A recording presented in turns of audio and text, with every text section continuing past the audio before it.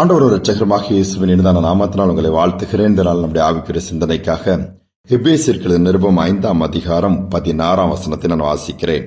நாட்கள் பொல்லாதவைகளானதால் காலத்தை பிரயோஜனப்படுத்திக் கொள்ளுங்கள்.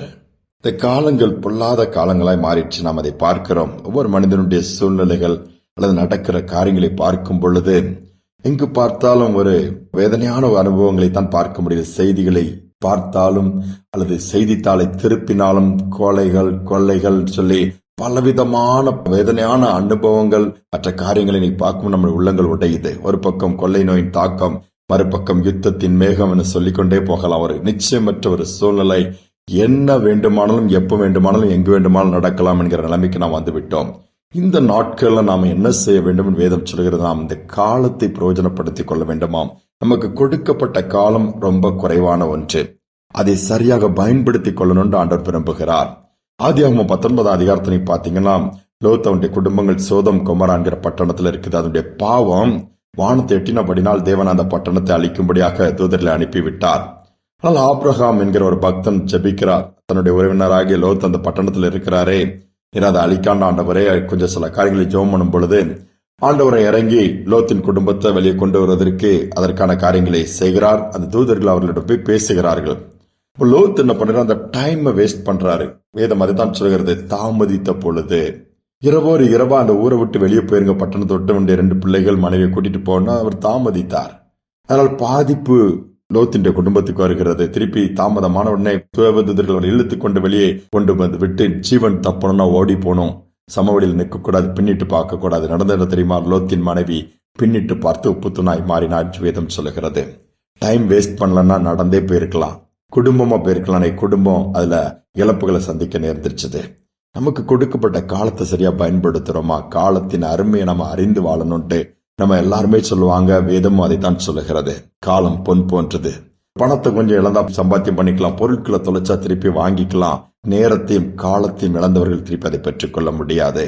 லோத்தின் நாட்களை பார்க்கும் பொழுது அதுதான் நடந்தது. இன்றைக்கு அதைத்தான் பார்க்க முடியும். நாளைக்கு பார்க்கலாம், நாளானு பார்க்கலாம் என்று நாம் போஸ்ட்போன் பண்ணி காலத்தை வீணாக்கி கொண்டிருக்கிறோம். தேவன் அதில் பிரியப்படவில்லை. ஒரு வகுப்பறை, அதில் ஆசிரியர் பாடம் எடுத்துக் கொண்டிருக்கும் பொழுது ஒரு விடுகதை சொல்லுகிறார். தன்னுடைய பள்ளி மாணவர்கள் எல்லோரையும் பார்த்து, நான் ஒரு விடுகதை சொல்லுகிறேன். உலகத்தில் உள்ள எல்லா மக்களுக்கும் மனிதர்களுக்கும் ஒன்று கொடுக்கப்பட்டிருக்கிறது. ஆனா எல்லாருக்கும் அது ஒரே மாதிரி தான், வித்தியாசம் கிடையாது. ஆனா அதை கொடுக்கப்பட்ட அதை அவர்கள் அன்றே அதை செலவழிச்சிடணும். அவங்க அடுத்த நாளைக்கு வைக்க முடியாது. ஏன்னா அன்னைக்கு பயன்படுத்தலன்னா அதை இழந்து போயிருவாங்க. நெக்ஸ்ட் டே அதை எடுத்து பயன்படுத்த முடியாது. அது பயன்படுத்த முடியாம அது போயிடும். அதனால அன்னன்னைக்கு கொடுக்கறத அதை பெற்றுக்கொண்டு அதை அன்னன்னைக்கு பயன்படுத்தி விடணும். அது என்ன சொல்ல முடியுமானது நிறைய பேர் விழித்தாங்க. என்னடா பண்றது புரியலன்ட்டு. ஒரே ஒரு ஸ்டூடெண்ட் மட்டும் கை வைத்து எனக்கு தெரியும் அப்படின்னாப்லையா. அது என்னடா நீ சொல்லு பார்க்கலான்னு சொல்லும் போது அவர் என்ன சொன்னா, 24 மணிகள் கொடுக்கப்படுகிறது. அந்த 24 hours கொடுக்கப்படுது. அதை நம்ம பயன்படுத்தலன்னா அது வீணா போயிடும். அடுத்த நாளுக்கு அதுக்கு வராது. அடுத்த நாளுக்குரிய நாளுக்கு தான் கொடுக்கப்படும். அந்த 24 hours சரியா பயன்படுத்திக்கணும். ஒருத்தருக்கு 20 மணி நேரம், ஒருத்தருக்கு 15 மணி நேரம், ஒருத்தருக்கு அப்படி கிடையாது. எல்லா மனுக்குலத்தில் இருக்க மனிதர்களுக்கும் கொடுக்கப்படுகிற ஒன்று 24 மணி நேரம் ஒரு நாளைக்கு. அதை எப்படி பயன்படுத்துகிறோம் அதுதான் முக்கியம். இன்னைக்கு அந்த 24 மணி நேரத்தை சரியா பயன்படுத்தலாம், நம்ம வேஸ்ட் பண்ணிட்டோம்னு அர்த்தம். நாளைக்கு இது நமக்கு ஆட் ஆகி வராது. இன்னைக்கு இவ்வளவு மீதி வச்சிருக்கிறாங்க, அடுத்த நாளுக்கு ஆட் பண்ணிக்கலாம். நோ, நாம எப்படி பயன்படுத்துறோம்? அன்னைக்கு உள்ள காரியங்கள் ஆண்டவர் எதிர்பார்க்கிறபடி செய்யறோமா? திட்டமிடுறோமா? நாட்களை பயன்படுத்தி இருக்கிறோமா? ஒரு நாள் திரும்பி பார்க்கும்போது என் நாட்கள்லாம் நான் சரியா பயன்படுத்திட்டேன், எல்லாவற்றையும் பிரயோஜனமா மாற்றிக்கொண்டு சொல்ல முடியுமா? இனியாவது காலத்தை பயன்படுத்துவோம், வீணாக்காதபடி, சும்மா உட்கார்ந்து நேரத்தை போக்காதபடி, ஒழுங்கான காரியங்கள் ஆண்டவர் பிரியமானதை செய்து ஆண்டவரை மகிமைப்படுத்துவோம். ஆண்டவருக்கு ஏதாவது செய்வோம், மற்றவர்களுக்கு உதவி செய்வோம், ஆண்டவரை காண்பிக்கிற ஒரு வாழ்க்கை வாழ்வோம். இந்த கிருபை கர்த்தர் கொடுப்பாரு. காலத்தை மட்டும் இழந்து விட வேண்டாம். இழந்தது ஒருவேளை இதுவரை போனது போகட்டும், எஞ்சிய நாட்களாவது என் ஆண்டவருக்கு பிரயோஜனமாக இருக்கட்டும். ஜெபிப்போம். அன்பின் தகப்பனே, காலத்தின் அருமையை மறந்து அநேக நேரம் நாங்கள் வாழ்ந்துருதோப்பான். நாட்களும் காலங்களும் வேகமாய் போய்கொண்டு ஒரு நிழலுக்கு நீர் ஒப்பிட்டு பேசுகிறேன், ஒரு புகைக்கு ஒப்பிட்டு பேசுகிறேன்.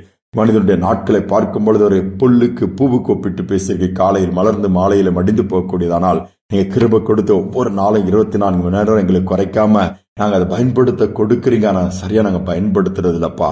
திரும்பி பார்த்தோம்னா அநேக ஹவர்ஸ் வேஸ்ட் பண்றோம்ப்பா. தேவையில்லாத நினைச்சிட்டு இருக்கோம், தேவையில்லாத புலம்பிட்டு இருக்கிறோம், தேவையில்லாத பார்த்துட்டு இருக்கிறோம். அநேக காரியங்கள்ல அவனுடைய பாதத்துல காத்திருக்கிறது கேட்டா நேரம் இல்லைன்னு சொல்றோம், ஜெபிப்பதற்கு நேரம் இல்லைன்னு சொல்றோம், ஊழியம் செய்வதற்கு நேரம், பல காரியங்களை பல விதத்துல சொன்னா சில நேரம் எப்பவுமே பிஸின்னு சொல்றோம். ஆனா குடும்பத்திற்கு கொடுக்க நேரம் இல்லை, அதற்கு நேரம் இல்லைன்னு சொல்லி எங்குதான் போகிறதுன்னு சொன்னால் பயனற்ற காரியங்களுக்காக நீர் கொடுத்த அந்த நேரத்தை நாங்கள் பயன்படுத்துகிறோம். அதை மன்னியும் அப்பா.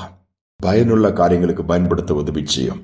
இதை கேட்கிற ஒவ்வொருவருக்கும் இந்த காலத்தை சரியாக, நாட்களை சரியாக, நேரத்தை சரியாக பயன்படுத்திக் கொள்ளக்கூடிய கிருபை உண்டாக்கட்டும். தாழ்த்தி ஒப்புக் கொடுக்கிறேன். துதிக நம்மை ஏற்றுக்கொள்ளும் இயேசுவின் நாமத்தில் பிதாவே, ஆமேன் ஆமேன். காலத்தின் அருமையை அறிந்து வாழாவிட்டால் ஒரு நாள் காலம் கடந்து போன பிறகு கண்ணீர் விட நேரிடும். யாருக்கும் அது நேரிடக்கூடாது. காலத்தை சரியாக பயன்படுத்துவோம், கர்த்தரை மகிமைப்படுத்துவோம். நிச்சயமாகவே சகல நன்மையினால் அவர் நம்மை நிரப்பான். சிந்தனையோடு நாளை தொடருவோம். மீண்டுமாய் நாளை தினம் சந்திப்போம்.